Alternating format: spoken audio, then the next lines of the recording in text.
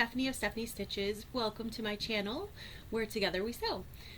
Today I wanted to talk a little bit about quilt sandwiching and binding. I just finished this is Love quilt from Fort Worth Fabric Studio, and I've gotten a lot of questions because we had a bunch of brand new quilters, which is awesome. But I've got a bunch of questions about how to sandwich a quilt, so that's taking your quilt top, your backing, and your batting, and quilting the project, and then also making and attaching the binding. So today I'm going to show you how to do both of those things, and hopefully by the end you'll be able to do it there at home by yourself, or you can just come back and keep watching the video and keep trying. It does take a bit of practice, so don't feel discouraged if you don't get perfect binding or perfect quilting the first time around. We're just going to do some easy straight line quilting. I have this little piece that I put together that I'm just going to do some really simple quilting to show you guys how you can do this on a domestic machine, and then I will show you how to make and put on your binding. So I'm going to stop the video for just a minute, reposition my camera down so you won't be seeing my face, but you'll be able to see what I'm doing. So stick around if you want to see how to sandwich your quilt and quilt it, and also how to bind it. Thanks guys, see you in a minute.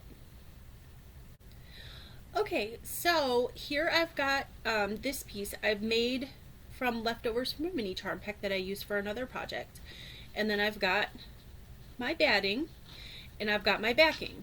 Now as you can see, my backing is the biggest piece, and then I put my batting on there and make sure that it's still bigger than the top, but not quite as big as the backing. You could have it as big as the backing, that would be fine too, but that's just the way I like to do it. As you quilt more and more, you'll find ways that you like to do things. Now, you can do this in several ways. You can pin the layers together with safety pins. They do make basting pins that are like curved safety pins that work a little bit better. But my favorite way to hold a quilt sandwich together, if I'm not long arming a piece, which to be honest, I long arm almost everything I do because I own a long arm machine, so it makes it easier. But I know a lot of you, especially beginners, won't have a long arm at home. But my favorite way, if I'm going to quilt a small piece and not put it on the long arm, is to spray baste. And before I got the long arm, this is also how I always sandwiched my quilt. So I did up to a full-size quilt on my domestic that I used this spray. 505 is a temporary adhesive spray. So I don't mean temporary by it's going to disappear by tomorrow, but over time it does wear off, or when you wash your quilt for the first time, it'll disappear completely. The washing takes it out. So the nice thing about this spray is that because it's a temporary adhesive spray, it's not permanent. So what I can do is I spray on my batting, not on my fabric. It doesn't take a whole lot, but I can spray and stick this down, and if I'm like, oh, I don't like that, it's repositional. You can take it right back up and then put it right back down, and I really like that. But as you can see, it's stuck. It's not coming off. So I really like to baste with 505 if I'm going to quilt something on the domestic. So what I do is I'll spray like half the project, and then I'll go on the other side and peel this part back that I haven't sprayed yet and do the other half. That way I keep it where I want it.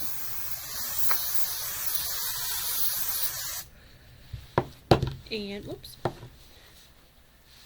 And you can buy this at any craft store, Michael's, Joann's. I carry it in my shop if you're interested. I don't actually think I have any right now. There's some coming in the next week. It's a little delayed because of all the storms everywhere. But yeah, you can get it pretty much anywhere that sells fabric or crafting supplies. So now I'm going to do the same thing on the back. I'm just going to peel this back. Sorry, there's some loose threads on there. I'm using a piece of scrap bedding. I'm going to peel this back and I'm going to spray it on the batting.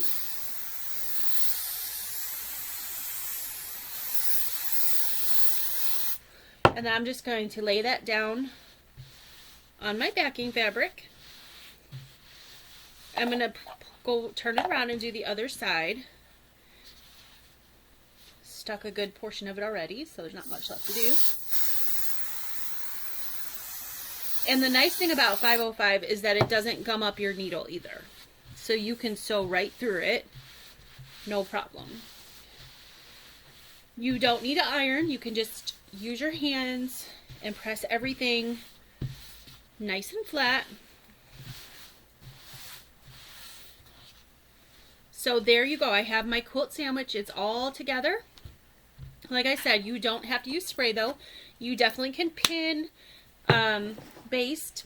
It's not my favorite way to do it. I don't love pinning anything because I don't like getting stuck.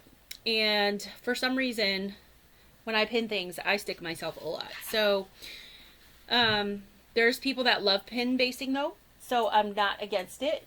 If you love it, go ahead and do it. But this is my favorite way of sandwiching a quilt, is spray basting it. So now I'm just going to take this to my machine and I'm going to do super simple quilting. So there's a couple different ways that you can quilt something small like this, or even like the So This Is Love Valentine project that I just finished.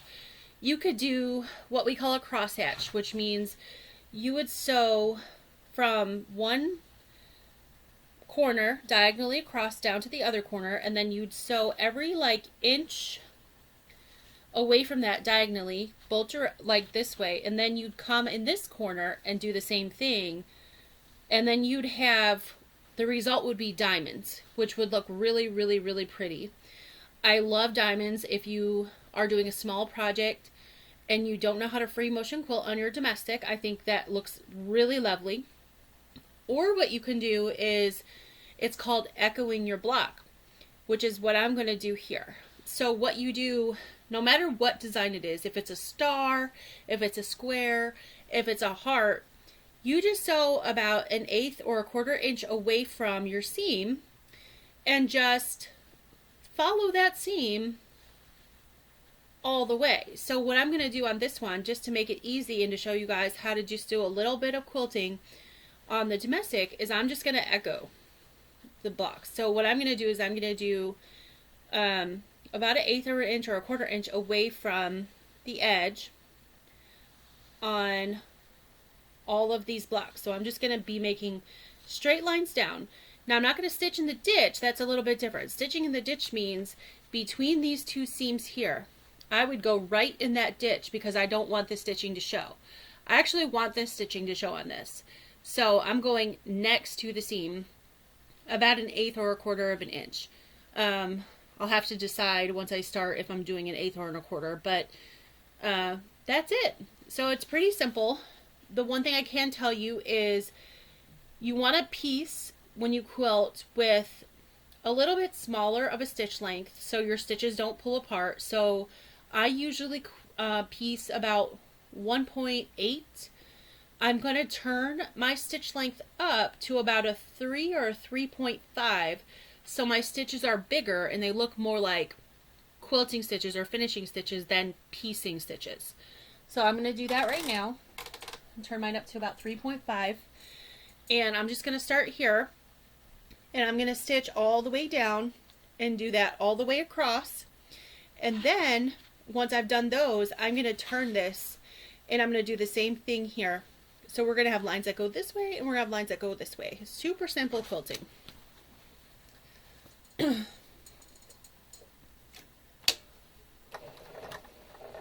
And I chose black thread just so I'll be able to see it, plus the backing is black.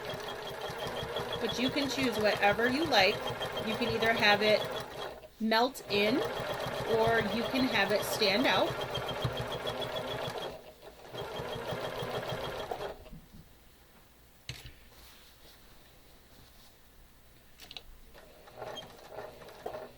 I'm just moving over to the next line. You can cut your thread if you need to. I don't need to in this case. In some cases I might need to.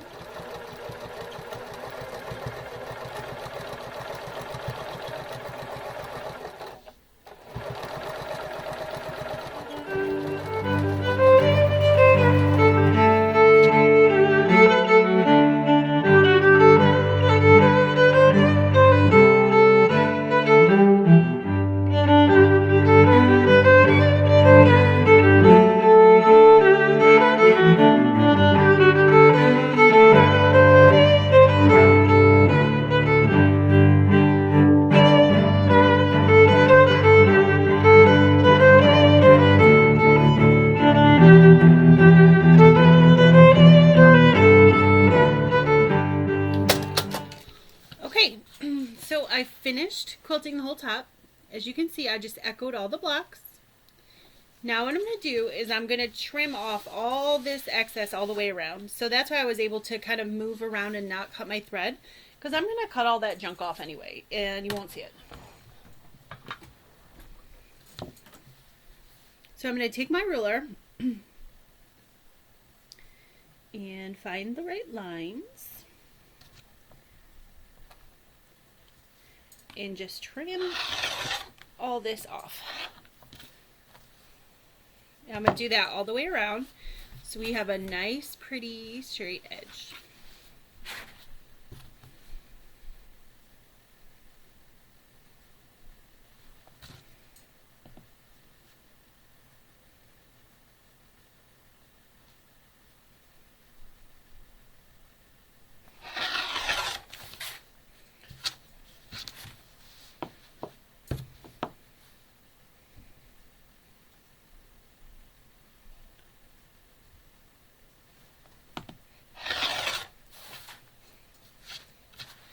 And left side.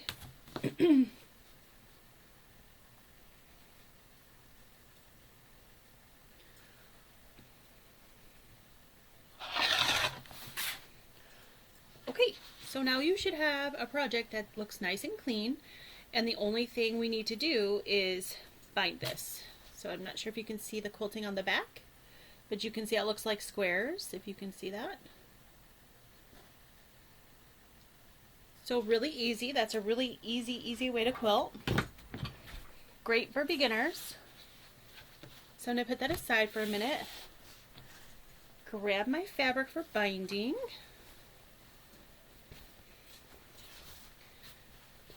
Now this fabric, I'm going to need a few strips. I'm going to show you how to join your strips together and then how to bind this. So first I'm going to start,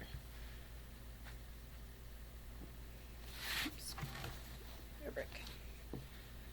I want the fold towards me. I wasn't paying attention earlier to realize that it wasn't. So I'm going to make a straight edge over here, just cutting off a little bit. And then I'm going to make my binding strips 2.5 inches wide.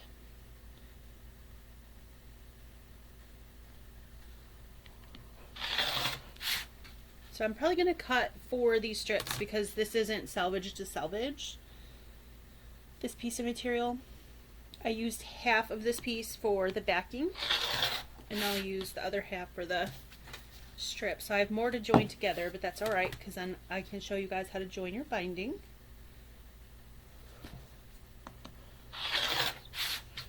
Make sure you've got an iron ready for your binding. You'll need that to iron. Okay, I think 4 should do it. Let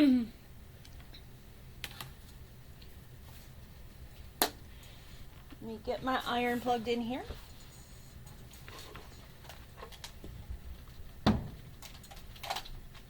I keep a little mini iron next to my sewing table. I like to have everything right here. I do have a big iron, but it's clear across the room by my long arm.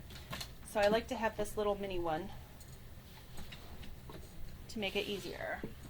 Alright, so what you're going to want to do is take your first strip, lay it with the right side up, and then take your next strip and lay it with the right side down. So it's hard to tell somewhat because this is grunge, but you can see the sort of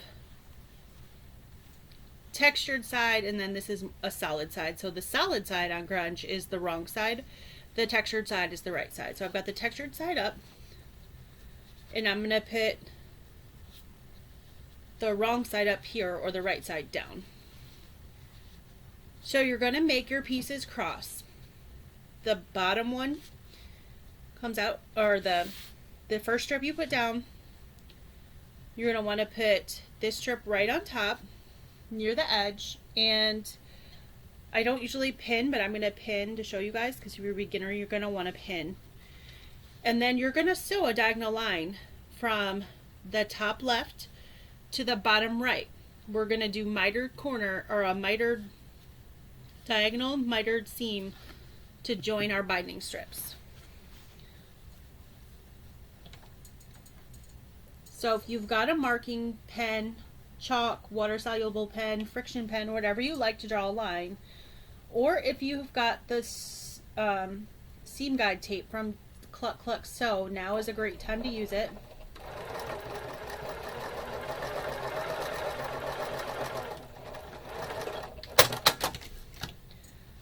So I've sewn from the top left corner to the bottom right corner, and make sure you turn your stitch length back down, which I did not do, but it'll be okay because I back stitched when I realized I hadn't turned it down yet. And before you cut anything off, pull your strip over to make sure it's all going the right direction. So as you can see where they joined, now I have both of them right sides up after they're joined together. After you make sure you've got that correct, you can grab your rotary cutter, and you're going to trim off about 1/4 inch away from your seam where you just sewed that, and then also cut off the dog ears, which are the little pieces of the triangles that are sticking out off the edge of the fabric. And so when you open that up, you should have one nice strip joined together at an angle. The angle, if you can do a straight seam if you don't know how to do the angles or can't figure it out, because it can be hard at first to figure out how to do the angles. But a straight seam is not, can get bulky when you're putting your binding on your project. So that's why a lot of people like to do the angled seams or the mitered seams. So I'm just going to pin that together right there. And then I'm going to sew again from the left to the right. And again, the bottom fabric is right side up. The top fabric is right side down.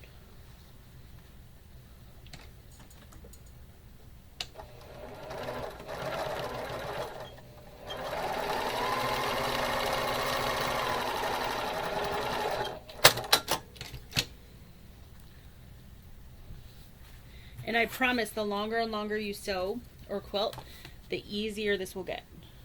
Each time you do it gets easier and easier. So I'm going to cut that 1/4 inch away from where I just sewed. And then I'm going to cut those dog ears off. Being careful not to cut through the seam that you just made. And there's another one put together. I'm going to do the last one. And after we do this one, then we're going to iron this. I can hear my iron over there getting hot, so that's good.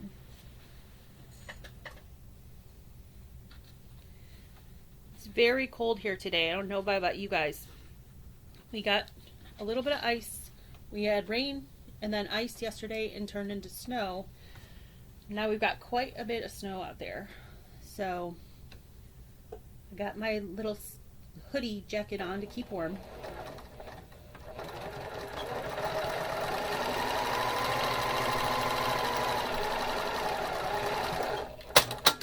Okay.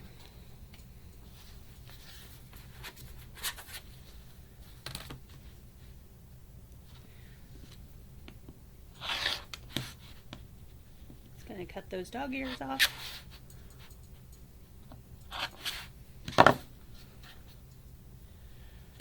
And we've got our strip that we're now going to iron. I'm going to put my rotary cutter away for now so I don't cut myself. Grab my iron, my little ironing board.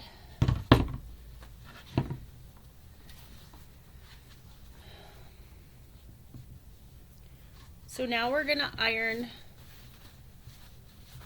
our strip, and you're going to fold it in half lengthwise with the wrong sides together, right sides out. So that's the wrong side because it's the more solid looking one. That's my right side. So I should have a strip with the actual printed side, or in my case the grunge, out. So you're going to fold it on itself in half and iron. Make a really good crease. You don't want it to come apart. And you're going to do this the whole length of this piece of fabric.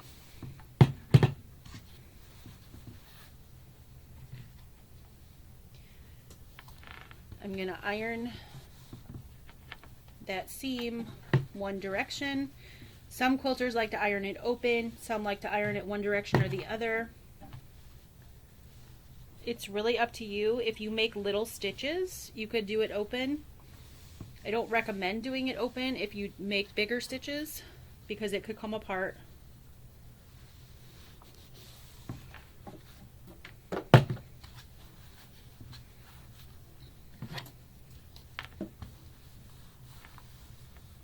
Iron that seam down.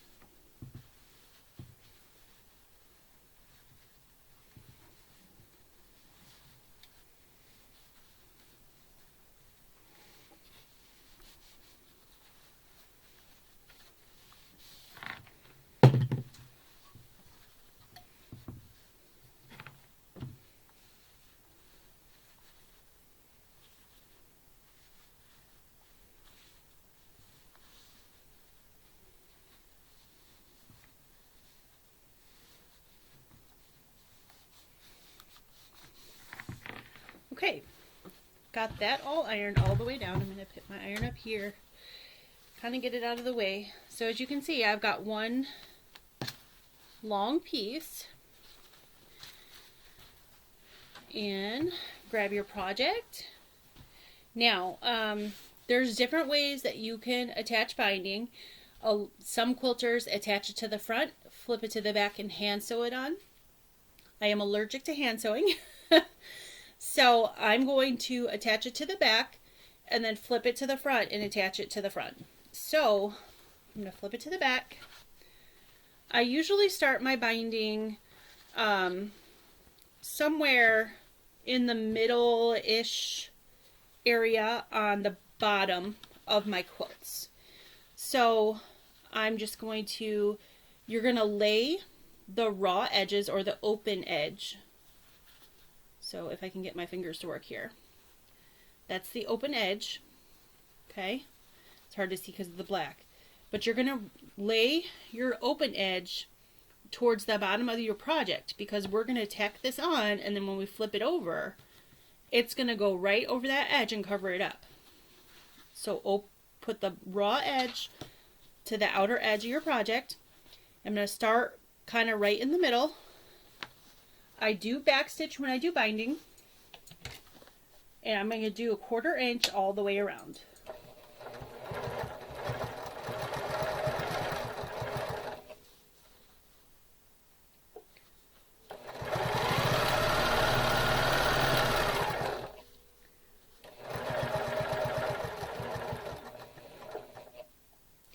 So when you get to the corner, about 1/4 inch from the corner, do one more stitch, you're going to pick up your presser foot. Do not cut your thread.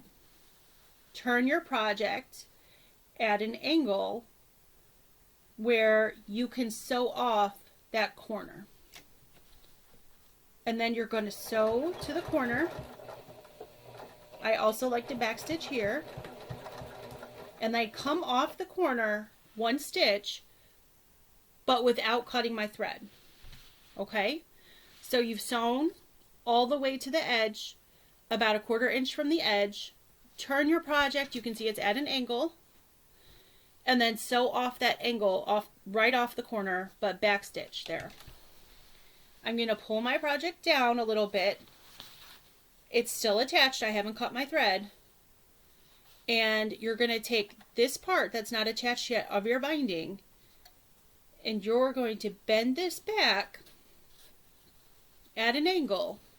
I don't know if you guys can see that because the black. I'll put my finger under it. You're going to bend it back and make an angle there. Kind of finger press it, and then bring your binding down on top of that angle that you made, and then also finger press it here, and then put your project and your binding back under your foot, stitch a couple stitches, back stitch, and then keep going. And that's how you make a mitered corner.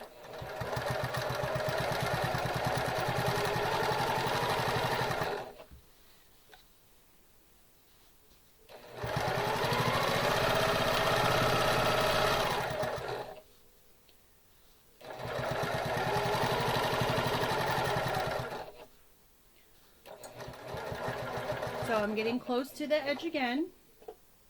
I'm going to get about 1/4 inch away, lift my presser foot, turn my project to an angle where I'm sewing off the end.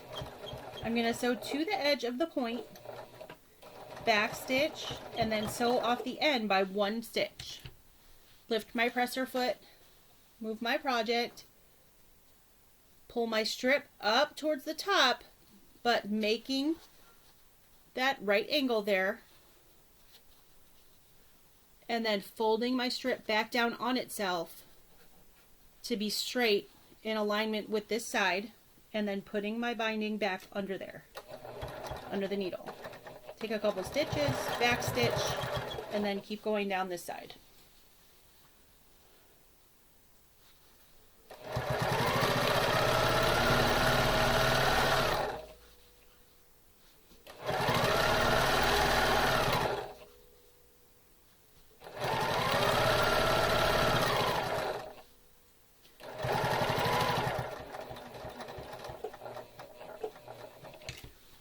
Okay, pick up the presser foot, sew at the angle, back stitch, sew 1 stitch off, pull your project out,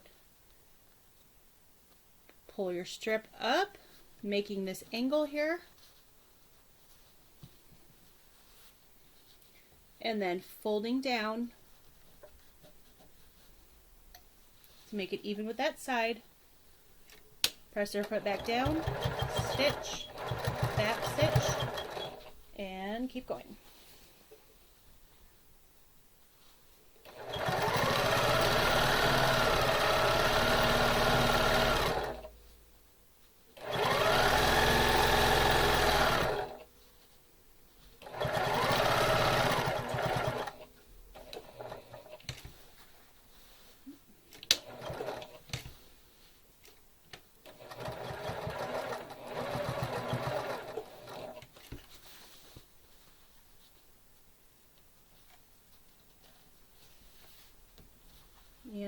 the last side.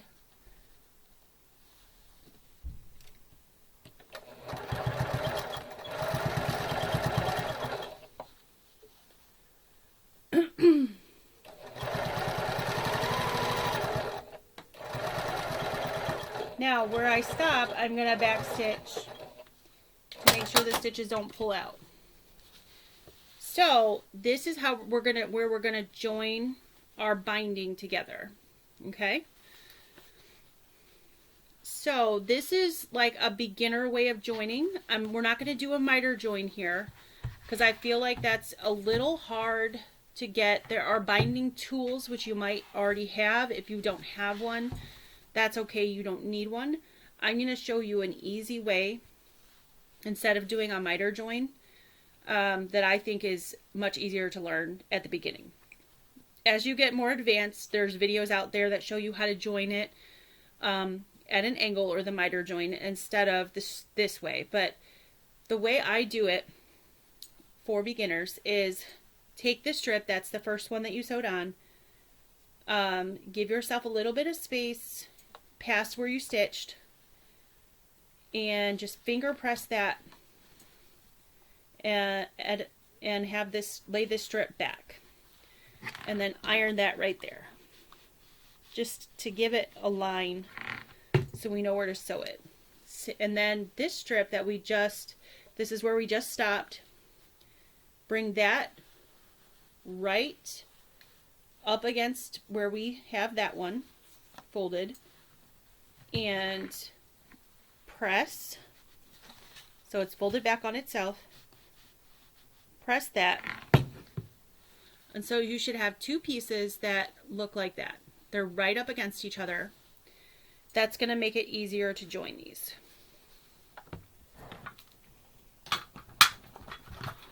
I've got a pretty big tail here, so I'm going to cut a little bit of this off just to keep it out of my way. Now on a regular size quilt, this is a little bit easier. It's a little tricky because this is smaller and I didn't leave myself a lot of room. But what you're going to do is take your strip and open it up. And this is the right side of the fabric. I'm going to have that facing towards, away from me. Same thing with this strip. I'm going to open it up, having it facing away from me. And where those lines are that I just ironed, you can kind of see that one there, kind of see that one there. I should not have used black fabric, I'm sorry guys, because it's harder to see. But where those lines are that we just ironed, we're going to put that together. So I'm going to take this one and put these right sides together, right side of the fabric together, and put it right on those lines that I just ironed. And then I'm going to take that over to my sewing machine.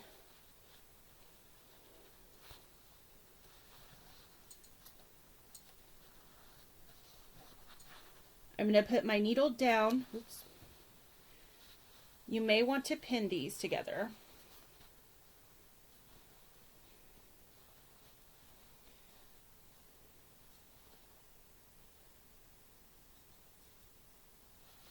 I'm going to put my needle down right on that line that I ironed. And I'm going to sew these together.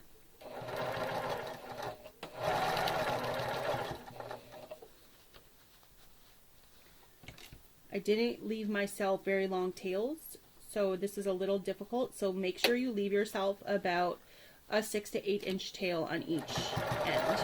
That'll make this a lot easier.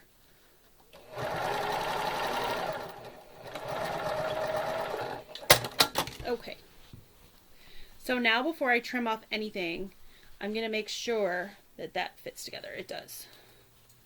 So now I'm going to trim off these extra pieces. I'm just going to use my scissors and kind of go about a 1/4 inch away from that seam that I just sewed. Trim off these extra tails of fabric that are left over. I left my sewing scissors over by my cutting table by my long arm, so these aren't the greatest scissors to be cutting with, but I'll make it work.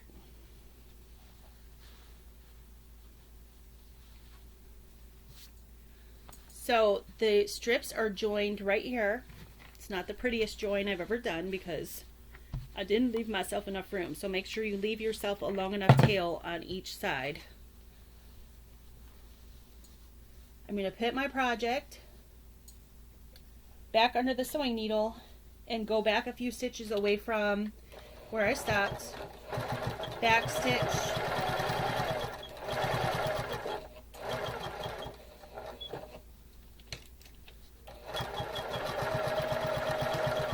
And a few stitches over where I started on the other side and back stitch. And now I've got my binding attached to the back side. So now what I'm going to do is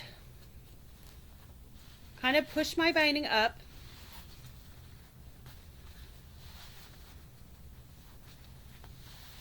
to go over to the other side. And some people iron at this point, some people don't. I like to iron to encourage the binding to go where I want it to go. Now, the next step, you're going to want to grab your pins or your wonder clips or however you like to hold your fabric together or hold your binding.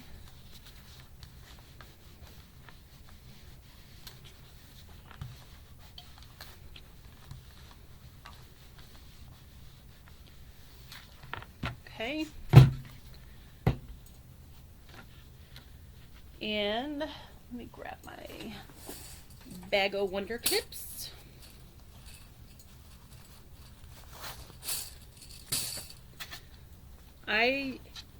Like I said earlier, don't really love to pin, so I'm going to use wonder clips, but if you don't have wonder clips and you have pins, that works. You can also glue based. I learned to bind that way too, where you can put a line of glue right on the edge, fold this over, iron it down, and then sew it. I stopped doing that quite a while ago because it just is extra step that I feel like takes a lot of time that we don't need to do. So I'm just going to put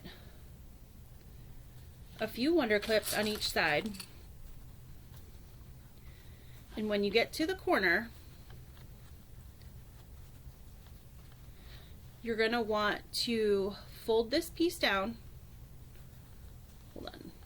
I'm going to wonder clip this first. I feel like that's a little bit easier to hold that fabric where I want it. Wonder clip that. Fold this piece down.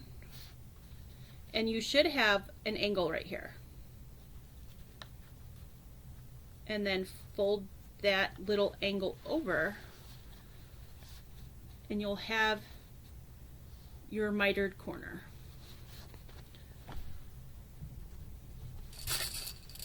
I'm going to clip that right there so it doesn't move. Put another clip here and keep going.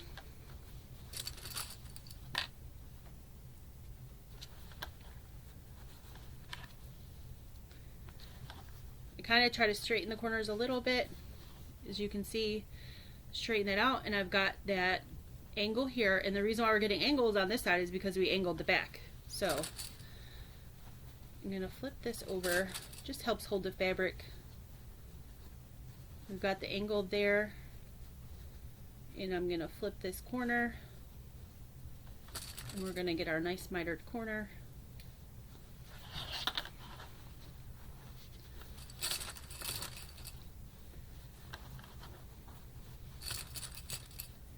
Now, when I sew this together, I'm going to just use my regular foot. Some people use a stitch in the ditch foot if you're comfortable with that, or some people use a walking foot. I'm just going to use my regular foot, especially because this project is so small.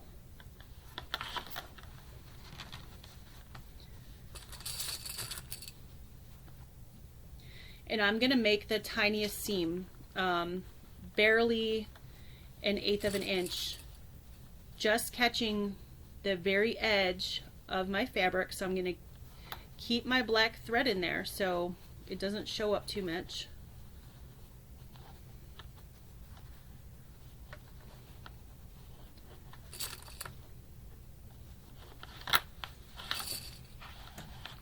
And I'm going to start at the bottom of my project, just like I started before, about halfway down.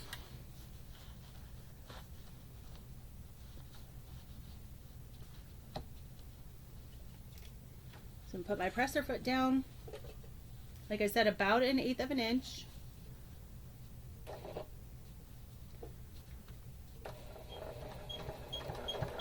And just sew right on that edge.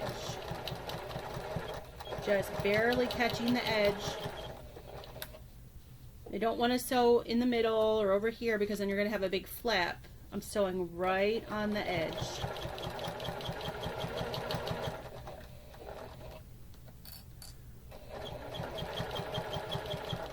I'm going to go slow when I get to the corner. Just take one stitch right into the fabric there. Pivot, lift my presser foot and pivot, and then keep going.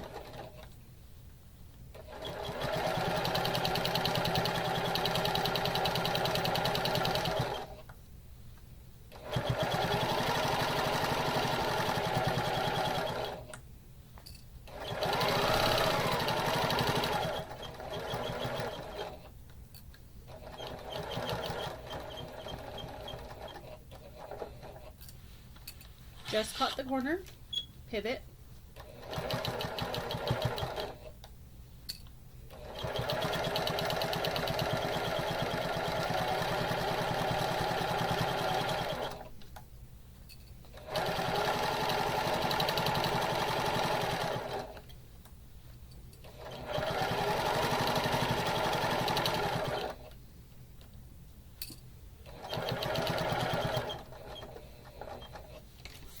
cut the corner and pivot.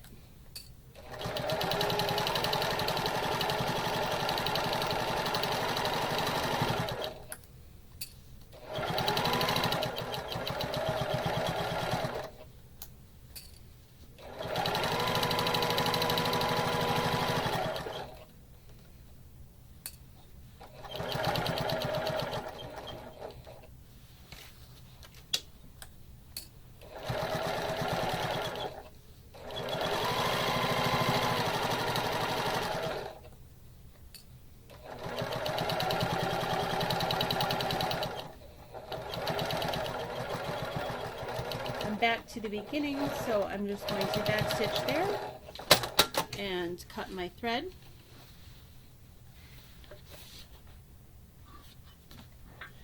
Came out pretty good. Just going to trim off that little piece from when we started, and it's all done. Thanks so much for coming by today. That's a wrap. We finished this little project. I hope that I helped you a little bit learning how to quilt, do some basic quilting, making your quilt sandwich, and making your binding. If you need any additional help with binding, I do have a video just on binding from quite a while ago. It's not a close-up, but the binding is a different color, so that might be helpful. And if you need additional help with binding, there's other tutorials all over YouTube. I encourage you to look at them because I feel like you can learn something different from every single person in every single video. But I hope you enjoyed this, and I hope that I was able to help you in just a small way. So can't wait to see you next time. My next video on YouTube will be Saturdays with Steph. I go live every Saturday at 5 p.m. or most Saturdays, I should say. Sometimes I don't if I'm ill or if there's something going on with the family, but most Saturdays I go live at 5 p.m. So I'd love to have you there. This Saturday I'm sewing something from Cotton Cuts, and you guys can sew that too if you've got a Cotton Cuts project, or bring your UFO and just hang out and chat, and it's just a lot of fun. So thank you so much for being here, and I'll see you next time. Bye-bye!